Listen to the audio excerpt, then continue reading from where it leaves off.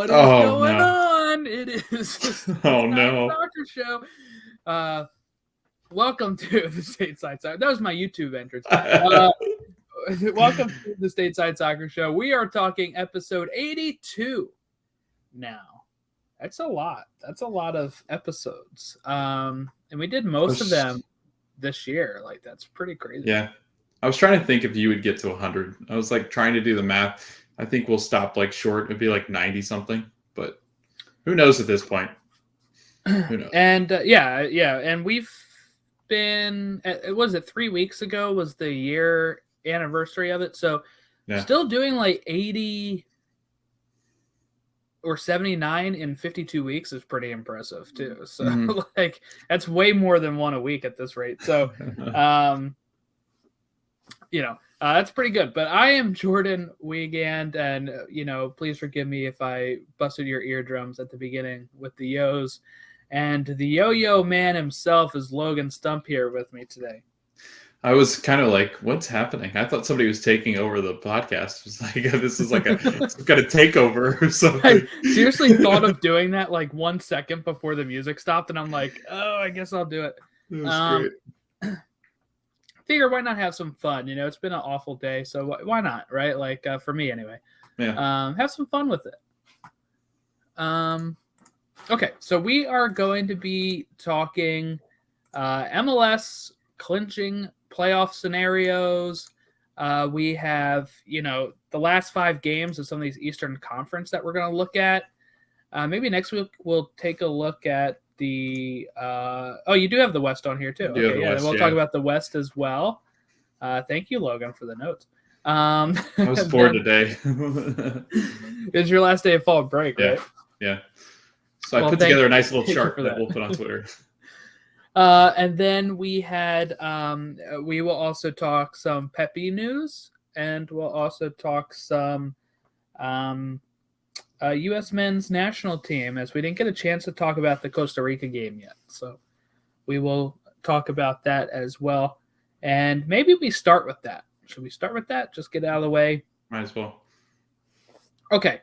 So the USA beat Costa Rica 2-1 in, let's say, a nervy game at times, right? Like Fuller scoring in the first minute on, let's give the background here too. Like they did start Stefan like we maybe thought he would in this game, and it was kind of unnecessary to change out something like that when you're also changing the 2 center backs pairing as well. I was a little nervous about that.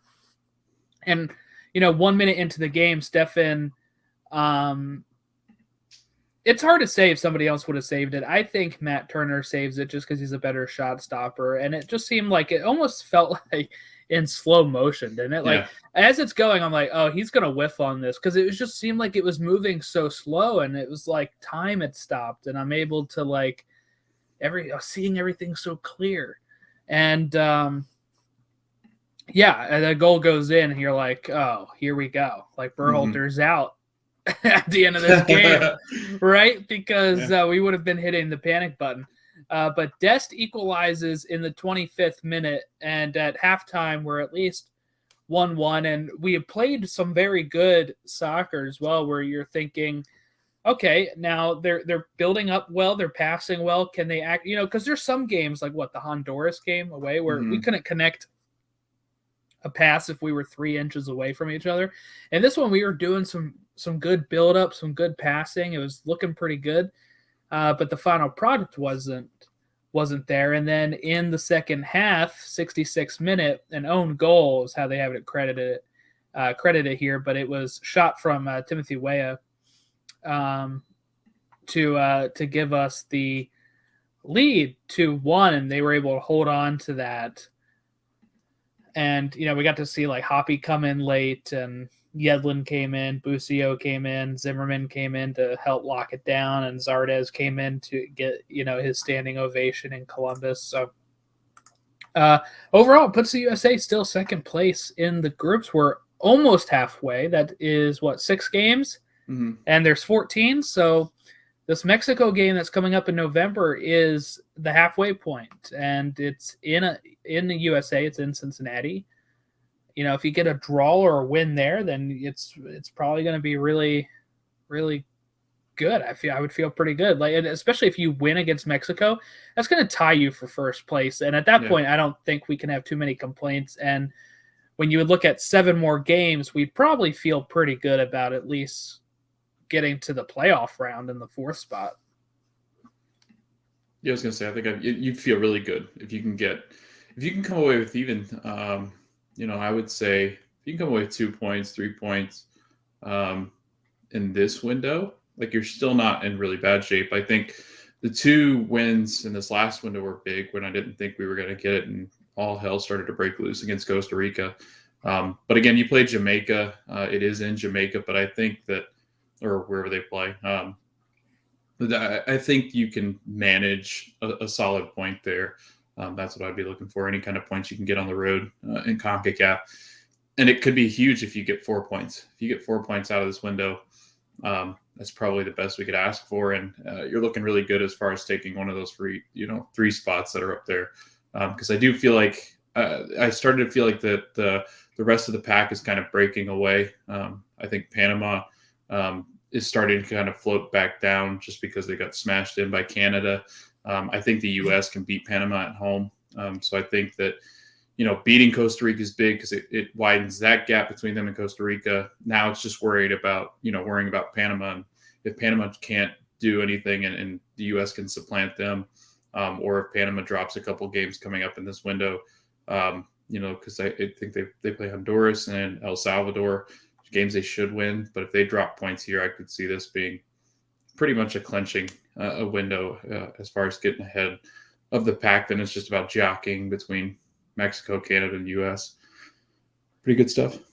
I have a pretty good feeling that the top 4 would probably be USA, Mexico, Canada, Panama. Yeah, I think that's probably the 4 we're going to get here, with Panama probably playing in the playoff. Yeah, against the other intercontinental team. Yeah. But the guys looked really good. I thought Tyler Adams played really well, and then there's a game against Barcelona that he played against, or not. Who did they play again? PSG. No, they played PSG. Sorry, I'm used to Messi.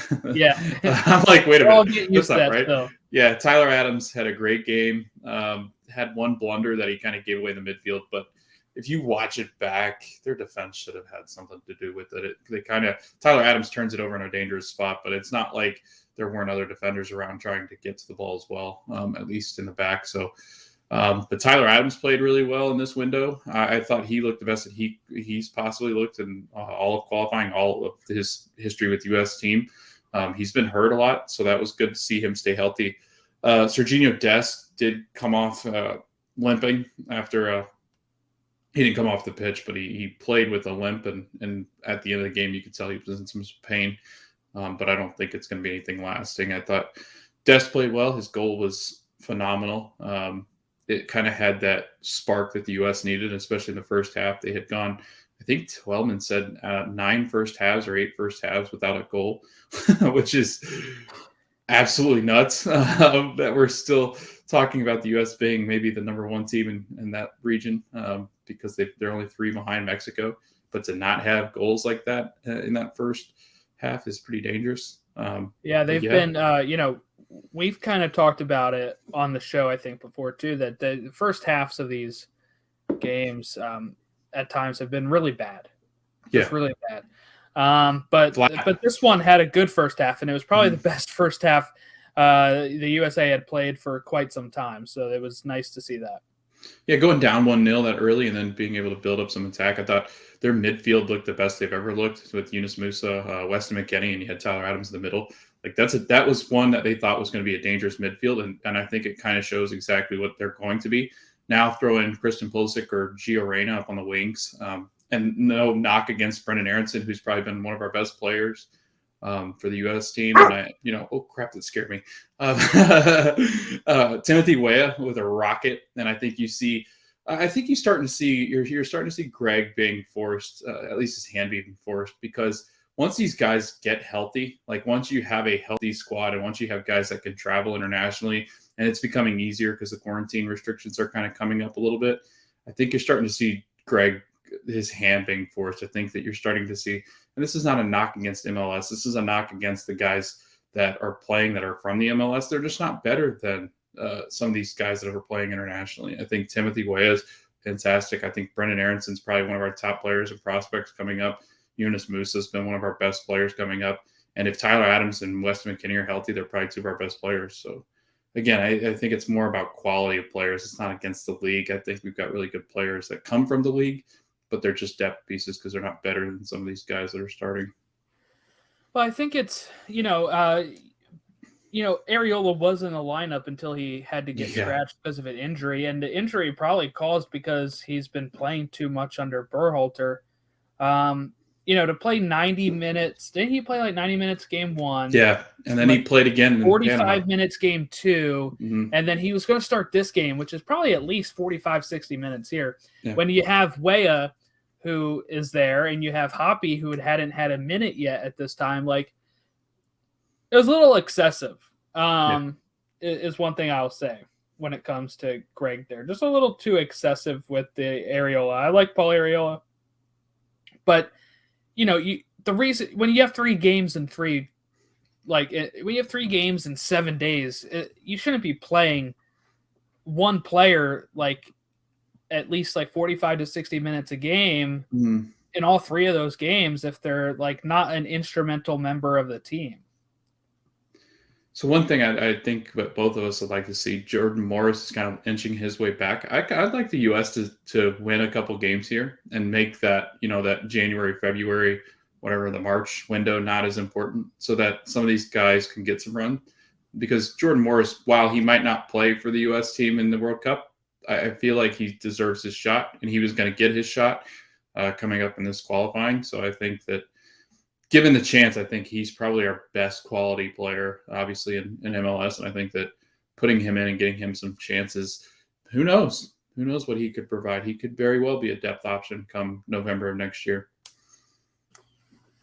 All right, let's we can move on from the U.S. then? Yeah. Okay.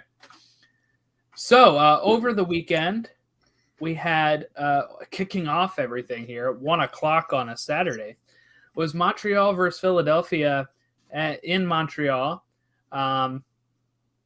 You had the Montreal I almost said Impact scoring in the 33rd minute by Milovic. If I said that right, Milovic, right? Milovic. Scoring in the 33rd minute.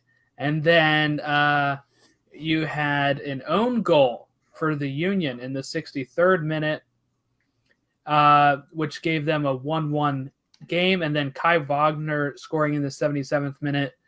And then a last kick of the ball, Abraham scoring in the 90+5 to equalize for Montreal to take the win away from the Union. So just some bad luck there for the Union, but, pretty okay for Montreal. I think they, they're still kind of in the hunt here. They had more possession. They had way more shots than the Union. So I'd say a draw is probably fair in this regard. Yeah, fair enough. We had LAFC versus San Jose. Mazovsky scoring in the 3rd minute. Arango scoring in the 28th minute. Then Fierro for San Jose making it 2-1 in the 61st. And then Arango scoring again in the 88th to make it 3-1 LAFC as they kind of get back on the winning mode here. They've been, 2 in a row at least? They've been, well, they had less possession and less shots than San Jose, but they pull out the win. So pretty big there for LAFC. We had Columbus smash Miami 4-0. Remember when Miami smashed Columbus and they said, Miami is the best team in the East. Yeah. And then now you have Santos, Zardes, and Gonzalo Perez own goal, putting the ball in the back of the net in the 39th, 44th, 64th, 83rd minute to give the Crew a 4-0 victory over Miami. We'll talk about where they stand a bit later. New England Revolution drew with Chicago 2-2 at Gillette. Captoum scoring in the 47th minute. Then in the 48th minute, Madron equalizing for Chicago. Gustavo Bo scoring in the 76th minute. And then in the 88th, Aliseda for Chicago, making it 2-2. So, they usually don't lose there, the Revs, and they didn't. They did get the draw. But to go from a winning position to a draw is not great. Orlando traveled over to Cincinnati West End Stadium, and Urso Jr. scored in the 13th minute to make it 1-0, and that was all she wrote. We had DC versus Nashville, 0-0 at Audi Field. DC holding Nashville down. Nashville is famously in second place right now, holding them down. Pretty good result for DC. It's 4 straight draws for Nashville. Yeah, they need us to get scoring again. Yeah, they really like to draw. They lead all of MLS with 15.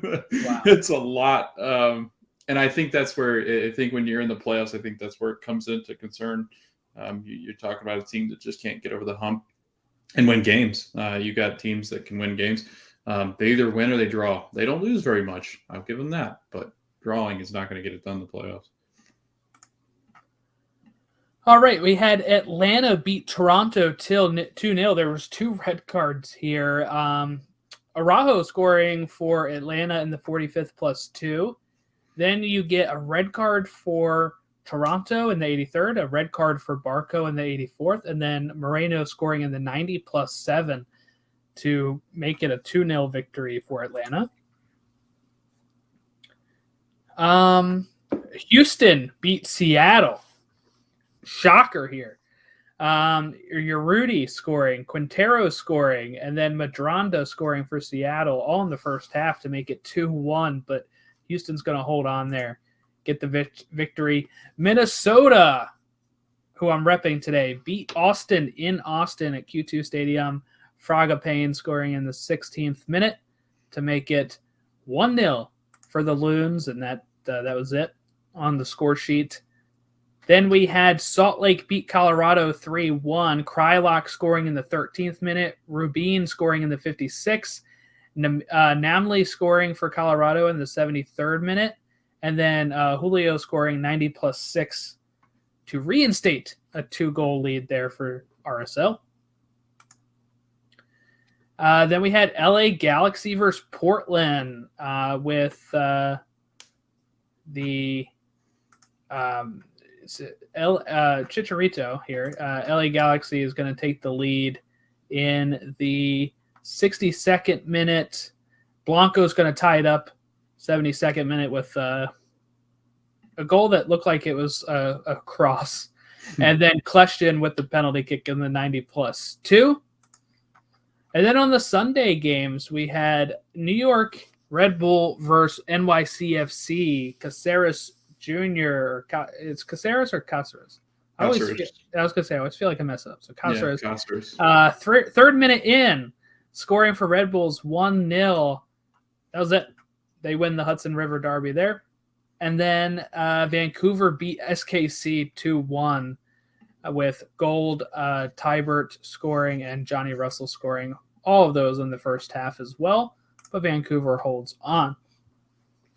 Okay, so I know that was just a lot of score lines that we just went through, but let's go ahead and look at the standings. We have the Revolution in first place with 66 points. They're, I think, 12 points.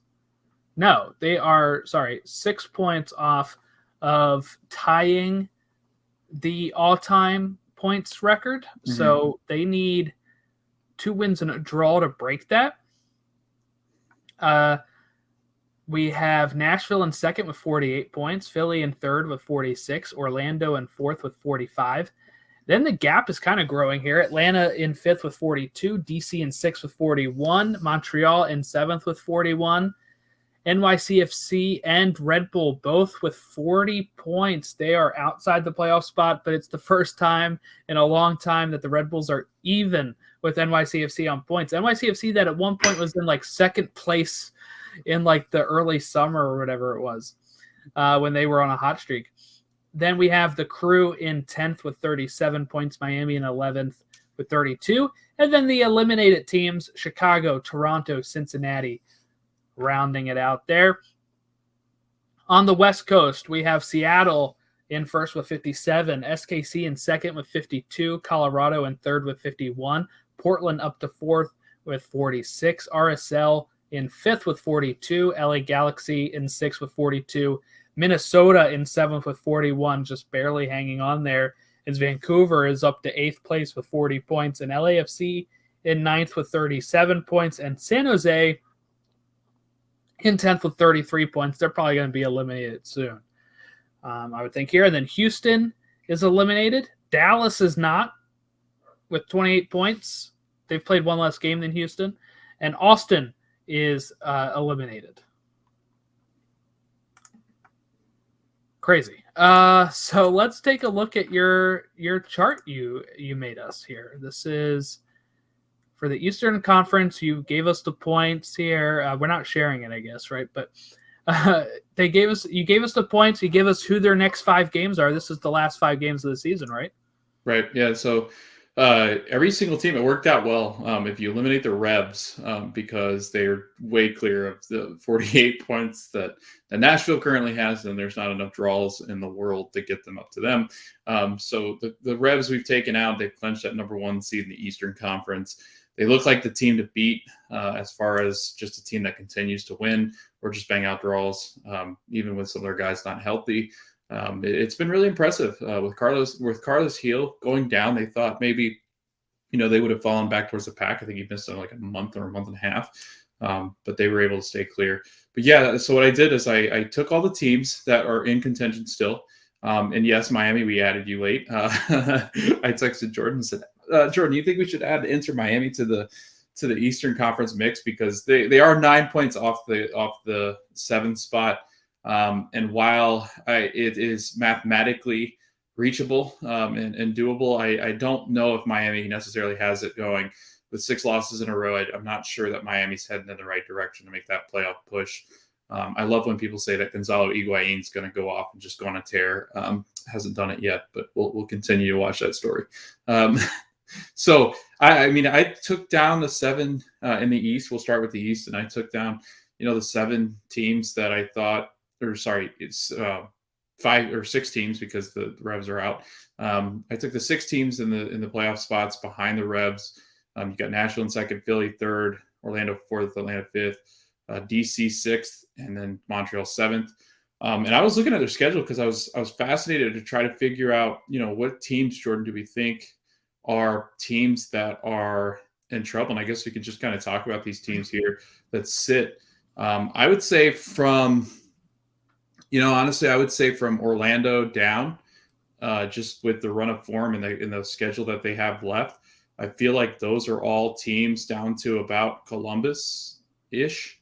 I would say that could really make a push and fall, or get out of the playoffs, or find themselves looking from the outside in. I would obviously say Orlando's got an advantage being 5 points clear of NYCFC. But that being said, I do feel like with their current run of form and with Orlando's schedule that they have left, it makes them very prone to being thrown down into the mix. So yeah, I guess we can kind of talk about that. Philadelphia, Jordan, how do you feel about your Union? You're feeling confident because you can see their 5 games there. They've got at Minnesota, then they go home to play Nashville, and then at Toronto against a very bad Toronto team, and then going home against a very bad Cincinnati team, and then playing against a very, very bad right now NYCFC team at Yankee Stadium and Central Park, or wherever they end up deciding to play. I feel okay. I mean, it's I was trying to share this, but it's not sharing it well enough here. It's very zoomed out still. I got to figure out how to zoom in on this. Oh, here it is. Is that better? Yeah. Yeah. Okay. So the Union have, like you said, they have Minnesota, Nashville, Toronto, Cincy, NYCFC. 2 of those are in the playoff spots right now. I feel pretty good. They're 6 points up on NYCFC, who they will have to play again. So, if anything were to happen, I guess they have that game against them coming up. Otherwise, and it's like if they lose to Nashville, it's not like other teams will gain ground off that unless the other team does well as well. It's not like they're going to be losing ground. Like the team I would worry about is Orlando here with how much with Orlando's schedule, because while the Union have Minnesota, who is they're number 7 team over on the other side. Yes, but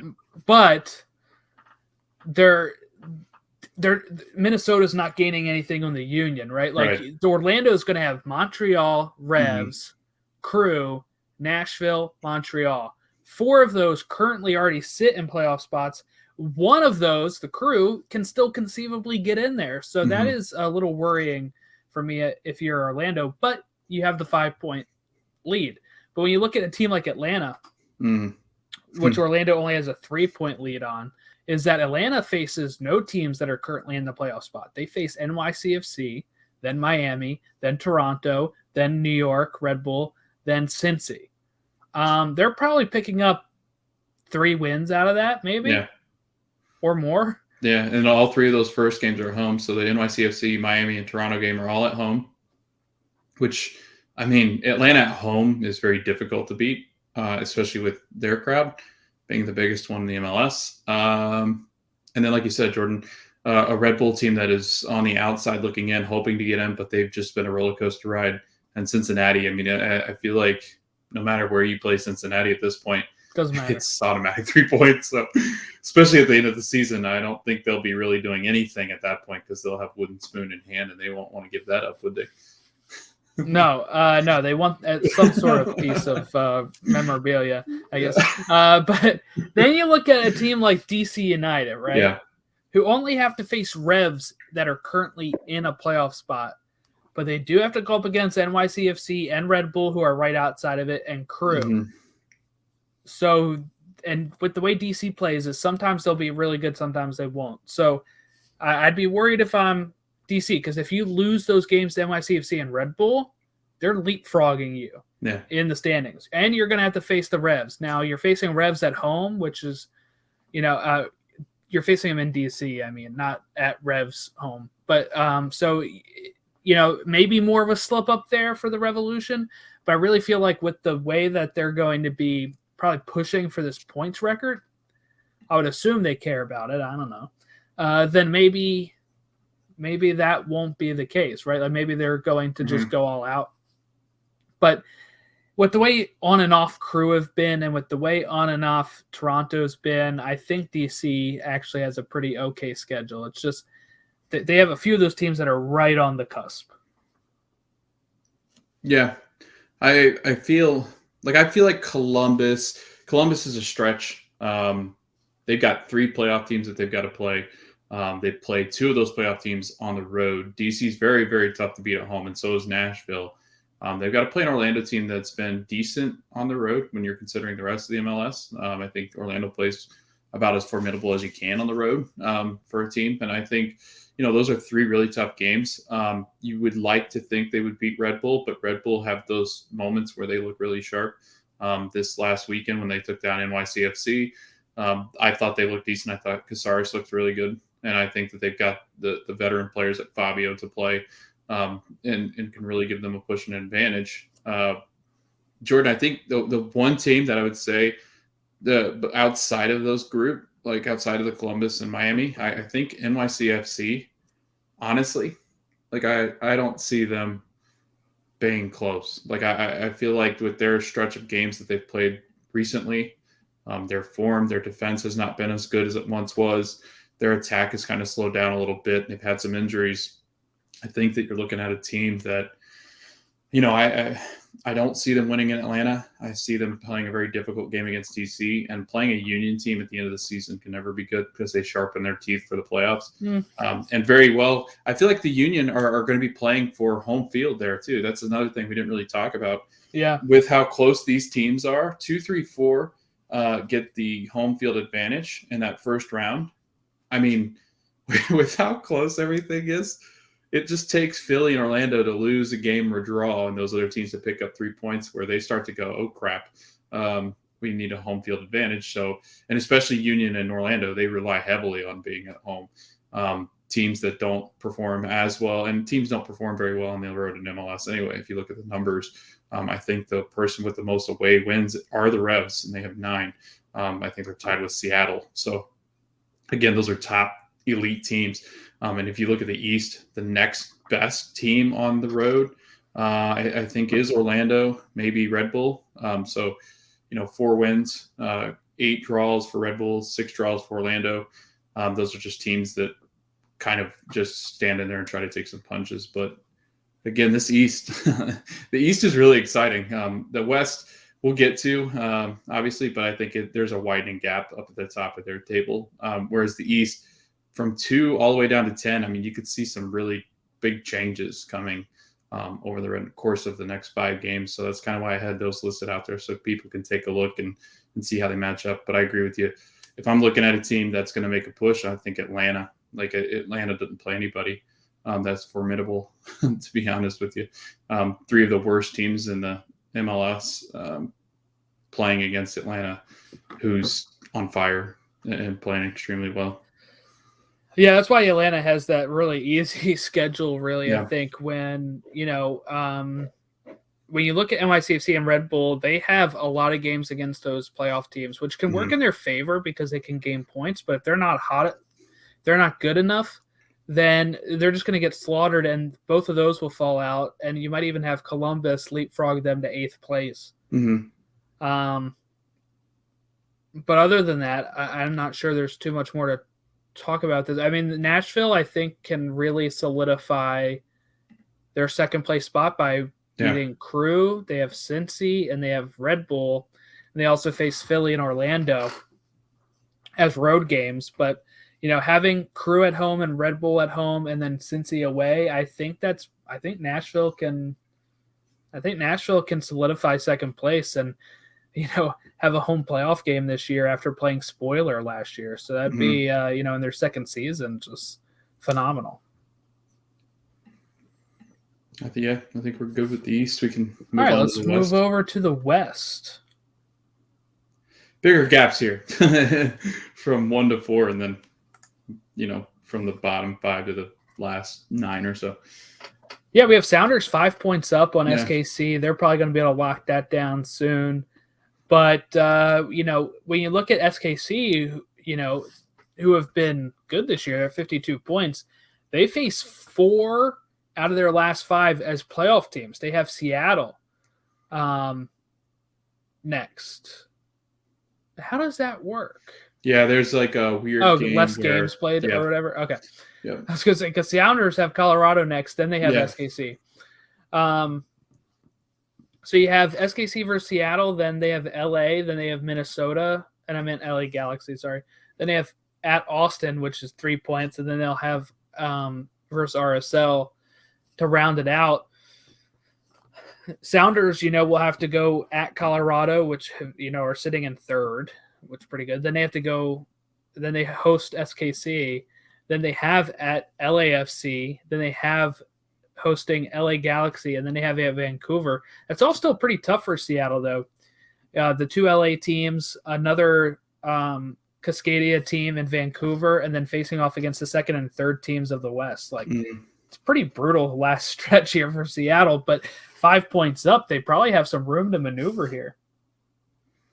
Yeah, this one I was really, like, when I was doing this, the last 5 for this group, I was like, man, there's a lot of green that these teams have to play. I feel like the West are stacked and loaded with the teams that are competitive for a playoff spot. That's going to happen when you have at least 10 teams deep that are, I guess 10, with San Jose being very questionable like the last group. But when you have a tighter group, they're playing each other, and it's interesting because I think when you look at it, the top 3 teams are pretty high up in the standings as far as points. Colorado's 5 points clear of Portland. And then Portland's 4 clear of RSL in the 5th spot. So, I mean, I do feel like Portland's kind of in a good spot to where, I don't know what else could change for them unless they just go on a bad stretch of games where they're at 46 points. And I think being at 46, they're in that even, they're right in that median of teams. And then you've got 5 through 9 that could really see some changing too. The Sounders, I think with the Revs are going to be chasing the Supporter Shield, and Correct me if I'm wrong, but the Revs seem to have run away with that one as well, unless something crazy happens with the Revs and they drop points here.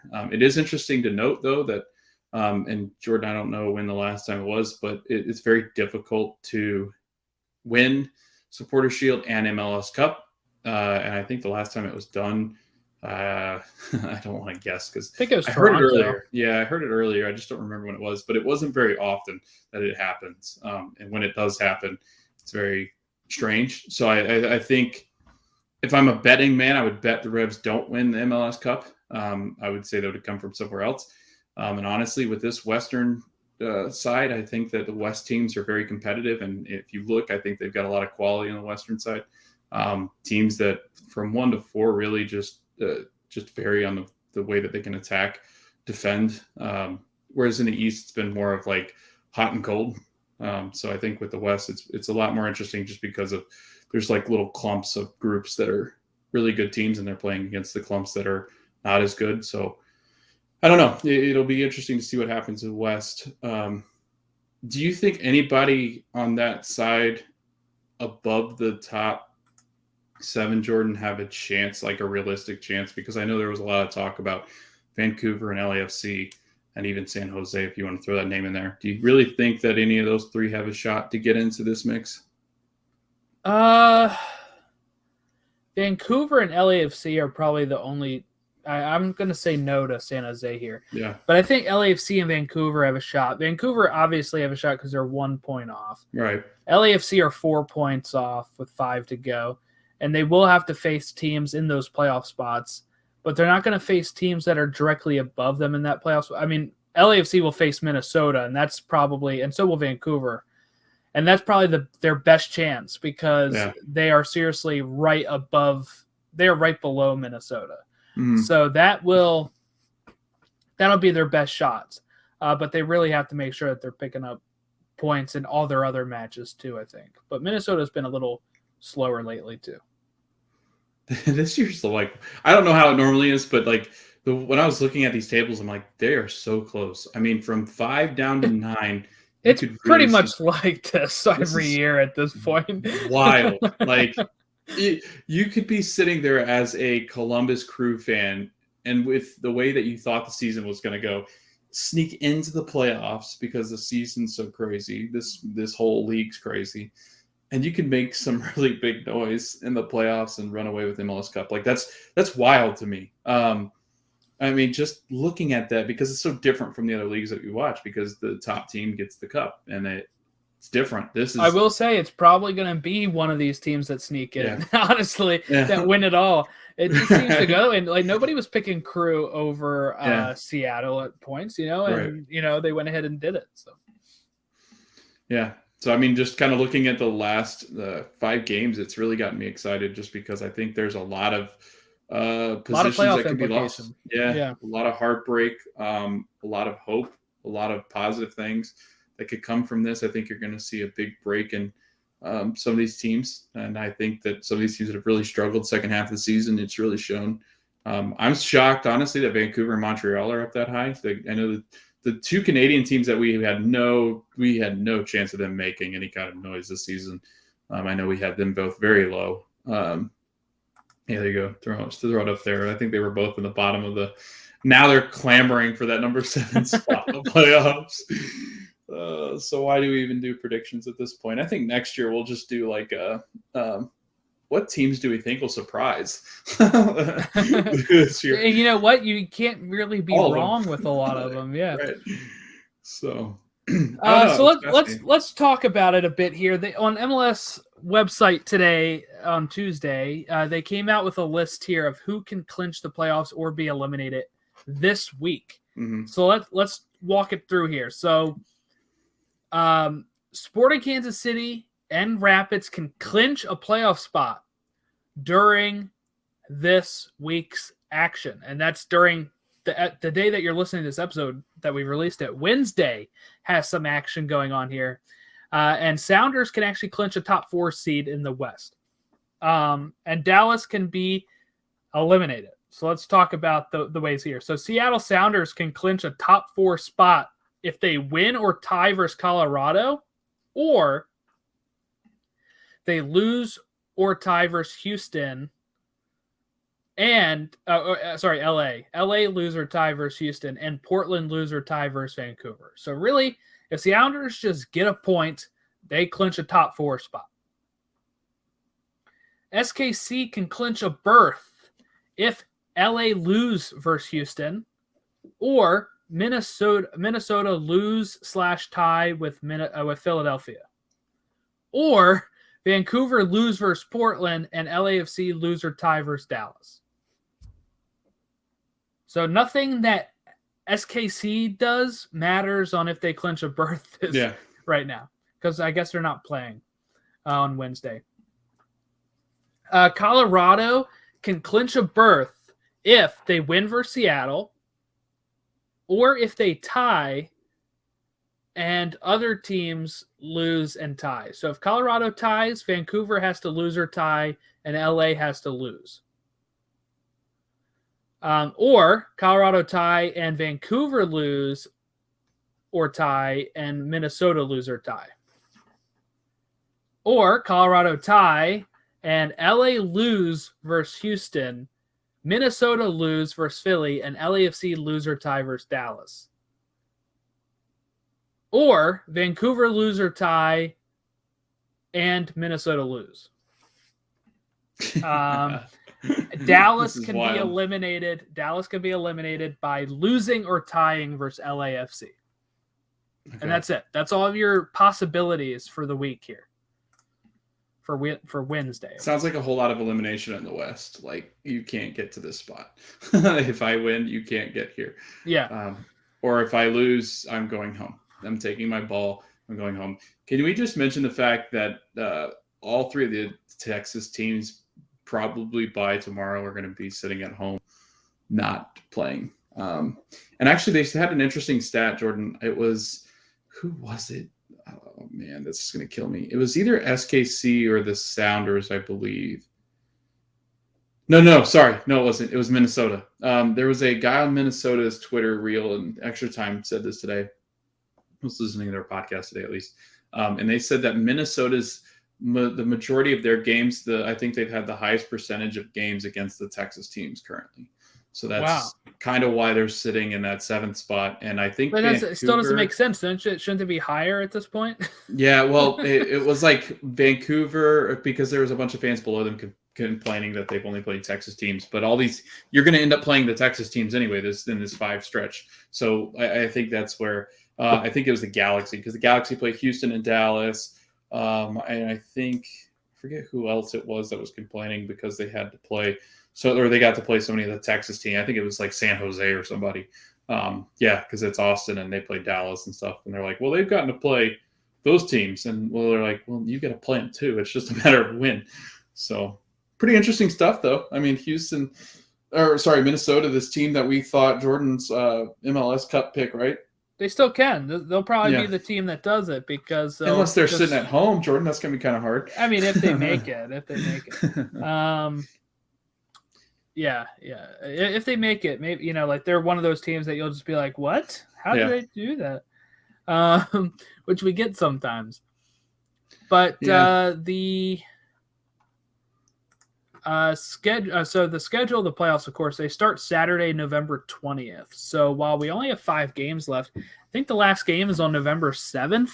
And then they have the international break, and then we'll get back into action on the 20th. So we're going to have some time off here. Not that we'll be off of the show, because we'll be doing the other stuff, the qualifiers. But they start on the 20th of November. Both of those games are going to be on Univision and TUDN. And then we'll have some ABC, ESPN, FS1 games, and some big Fox games. It's going to be fun. The actual MLS Cup is going to be on ABC on December 11th at 3 p.m. The great thing about the playoffs, Jordan, not that you care, the 20th is when I start my Thanksgiving break. They'll play all the way up until the second round. The 30th is I think there's a couple games on the 30th that they'll play. That'll be where I go back to school. And then the fun thing is 4th and 5th, that's the conference finals. So Saturday, Sunday. And then the 11th is also on a Saturday. So I'm like, heck, I'll be able to see every single game except maybe if they play like some random times on the 30th, which I doubt they would, but I'll be able to see every single game, which is exciting. Well, Tuesday the 30th, you said? Yeah. Oh, yeah, they don't have a time 30th. yet. They don't have a time yet. They have a time for the 28th, though, already. Okay.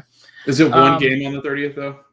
Yes, one game. Okay, it'll be a night game. So yeah, so it'll probably be like at 8 o'clock. So I might even jump on and live stream if I'm home. Let's do it. But yeah, I mean, when I look at this list here, thankfully, this is something that doesn't always happen here. We're only going to have 3 weekday games, like 3 weekdays that have games. The 23rd, we'll have 2 games on that day. We'll have 1 game on the 25th, and we'll have 1 game on the 30th. So the rest of them are going to be weekend games, which is awesome because there'll be time to actually sit down and watch these games. So I'm super excited for that. 5th Thanksgiving? It is, isn't it? Is it? I feel like it is this year, isn't it? It's the 4th Thursday of November. Yeah. Yeah. So we're going to have a Thursday night Thanksgiving game? That's wild. That is awesome. It's a 4:30. I think they did announce that. It's on Fox. Is it Fox? That'll be right after the football game. Yeah, that's what they're doing it for. No way. That's wild. Now I have to try to convince people wherever I'm at for Thanksgiving to turn on the MLS game. You can come down here for Thanksgiving, Jordan. I'll have it on. Yeah, that's the bad thing about having family around here, I guess. I'm family. Just be like, I got to go see Logan, I guess. Yeah, I got to go see Logan now. Yeah. Playoff structure here is in round 1. It's 6 single elimination games. The match is tied after 90 minutes. There's 2 15-minute extra time periods. Then they'll go into penalty kicks. There's no longer away goals. Semifinals are 4 single elimination games, 2 games in each conference. That's the conference semifinals. Yeah. Same rules for extra time, so nothing different there. And then conference finals, 2 single elimination games, no away goals, same extra time rules. So that's your rules for the playoffs. So let's talk about the games that are coming on tomorrow. We have, or tonight, whenever you're listening to this, Wednesday on the 20th, we have Atlanta versus NYCFC at 7:30, Cincinnati versus Chicago, DC, New England, Miami, Toronto, Orlando, Montreal. All of those on ESPN Plus, and all of those on at 7:30 Eastern. Then the 8 o'clock games, we have Dallas versus LAFC and Minnesota versus Philadelphia. Shout out to Jack from the Final Third podcast, and he jumped on and talked some what if with me on my Marvel show. He got tickets to the Union game. He's going to go see it in Minnesota. That he's going to go see Minnesota versus Union. So I told him in the next year or two I should come up there and hang out. 8:30 we have Houston versus LA Galaxy and Nashville versus Columbus. Then at 9 o'clock, we have Colorado versus Seattle. And then 10 o'clock, Portland, Vancouver. And 10:30, San Jose, Austin. I feel like San Jose, Austin played like 3 times this year. All those games on ESPN Plus. None of those on national TV on Wednesday. Saturday, we have at 3:30, Seattle, SKC. This is on Univision, TUDN, and Twitter. 6 o'clock, we have Columbus versus Red Bull. 7:30, we have NYCFC and DC United. Philadelphia versus Nashville. Toronto versus Montreal. All of those at 7:30 on ESPN+. 8 o'clock, we have Chicago, RSL, Miami, Cincinnati, Minnesota, LAFC. All of those on ESPN+, all of those at 8 o'clock. Then we have Colorado versus Portland at 9. LA Galaxy and Dallas at 10 on Unimas, TUDN, and Twitter. And San Jose, Vancouver at 10. Then on Sunday, we have 2 national games, Austin versus Houston on ESPN at 5, and 7:30, Orlando, New England Revolution on FS1 at 7:30 on Sunday. Pretty fun. Pretty good list of games here. That Orlando, New England one sounds really fun. The wild thing is when we get back next week and do the next episode, we'll be down to 3 games left in the season. And that's crazy. That's insane. So if you don't listen to us, we've done the Premier League full season, and we're on to our second season. We're about to our final season, or our first season here. We're almost done with the finale here on Stateside. We're almost through. Next year in World Cup qualifying, I'll feel complete. Yes. I feel like we've done the gauntlet. We would have done the full qualifying. That would be really great. It would be beautiful. So I'm excited. No, there's a lot of good games and a lot of good playoff games. Tomorrow night, I'm going to be busy as heck on Twitter just because they're like 7:30, 7:30, 8:30, 7:30, 8:30. It's like, oh my gosh, they're all at the same time. Not so much the 10 o'clock games. But do we have the NLCS tomorrow as well? That'll be NLCS tomorrow, and the ALCS is today. Following it's today and then Thursday. Wait, no, they play 3 games straight, don't they? I don't think they take a break in between their 3. Although they might not need it with the NLCS because it's currently. Oh, yeah, there's 2 games tomorrow, too. Okay, Yeah. So because we do baseball on another show as well, so we'll be covering those and the MLS games tomorrow. Plus, the NBA is back, and I'll be watching the Wizards tomorrow. So I got a lot of stuff going on. Lots of sports tomorrow. I was overwhelmed. I was this is where I need one of those 4-screen setups in my office where I can just live stream or whatever I'm doing for fun. Yes. So I don't know. Maybe one day we can live stream a baseball game if we can find a game to watch that's not going to 1 a.m. or whatever crazy. Yeah, let's talk Ricardo Pepi. Let's do it. I was going to mention him before we got off so that way we could talk about him.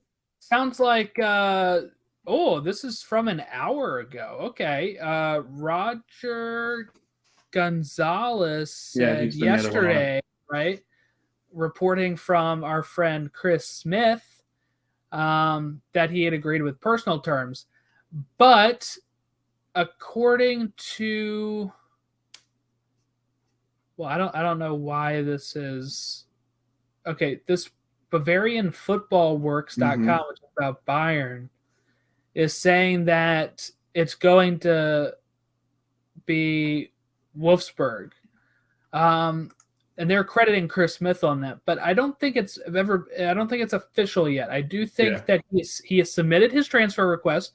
He's already agreed personal terms, but I think it's going to come down to who can, we just got talk today about Liverpool entering, and Dortmund is interested, and we've heard Ajax is interested, and I think Wolfsburg is the best spot. Just go to the Bundesliga and win. I understand people saying.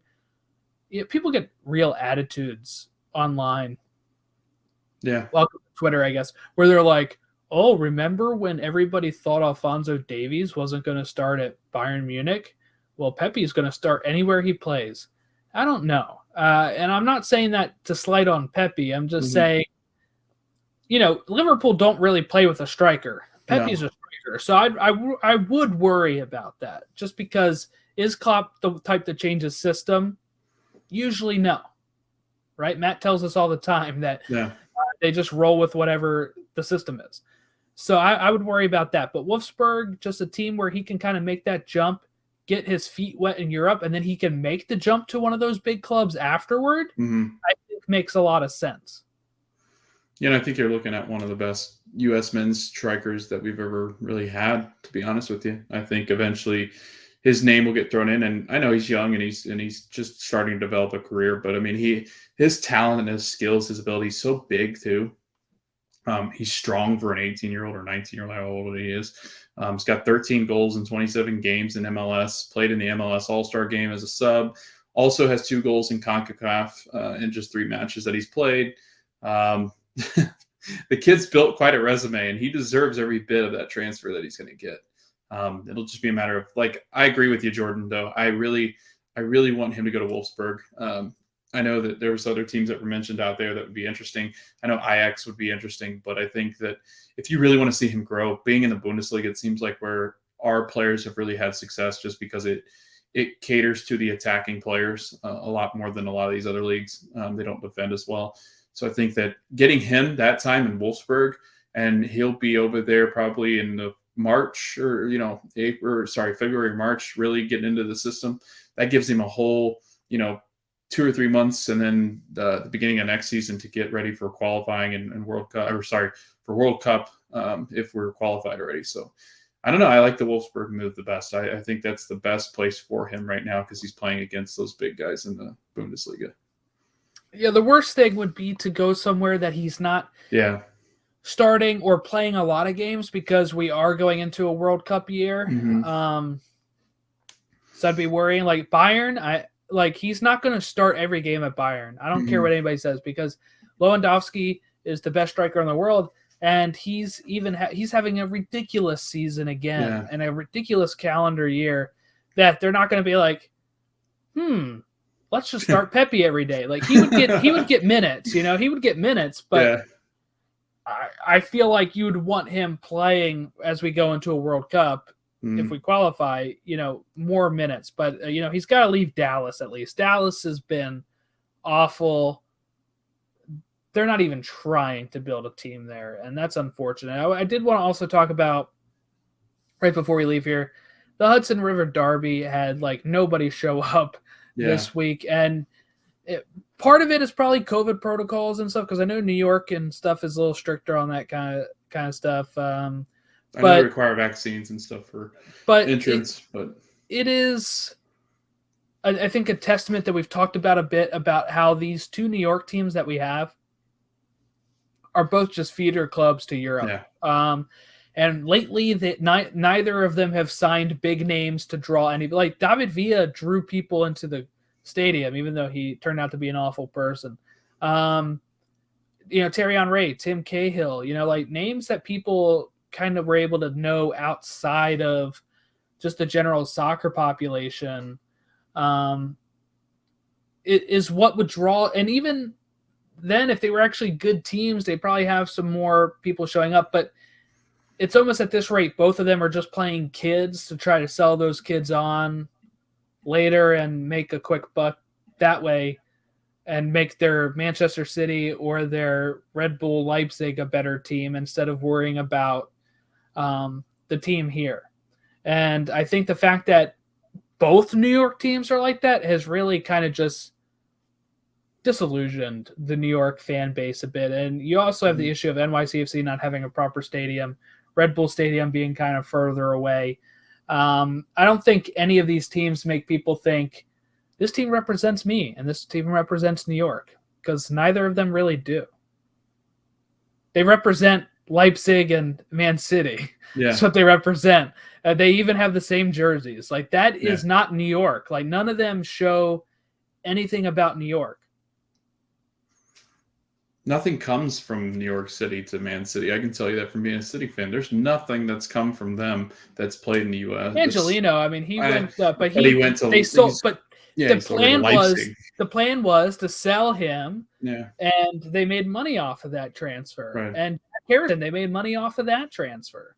Yeah, but again, it's I totally agree with you though. It's just it would be a horrible way to root for a team. If your team just constantly was a Dallas or a Red Bull or NYCFC, they're just not going to be competitive in this landscape. They're just not, and especially, could you imagine if MLS does eventually, because of this partnership with Liga MX and the Campeones Cup, having this whole brand starting to expand, and they're going to give you more money to spend. Could you imagine if these other teams had more money to spend that are just going to be feeder clubs? It'd be really brutal then. I think you would see even more of let's just start selling everybody that starts playing well. Well, when do we get a third New York team that's part owned by Newcastle United now? Yeah.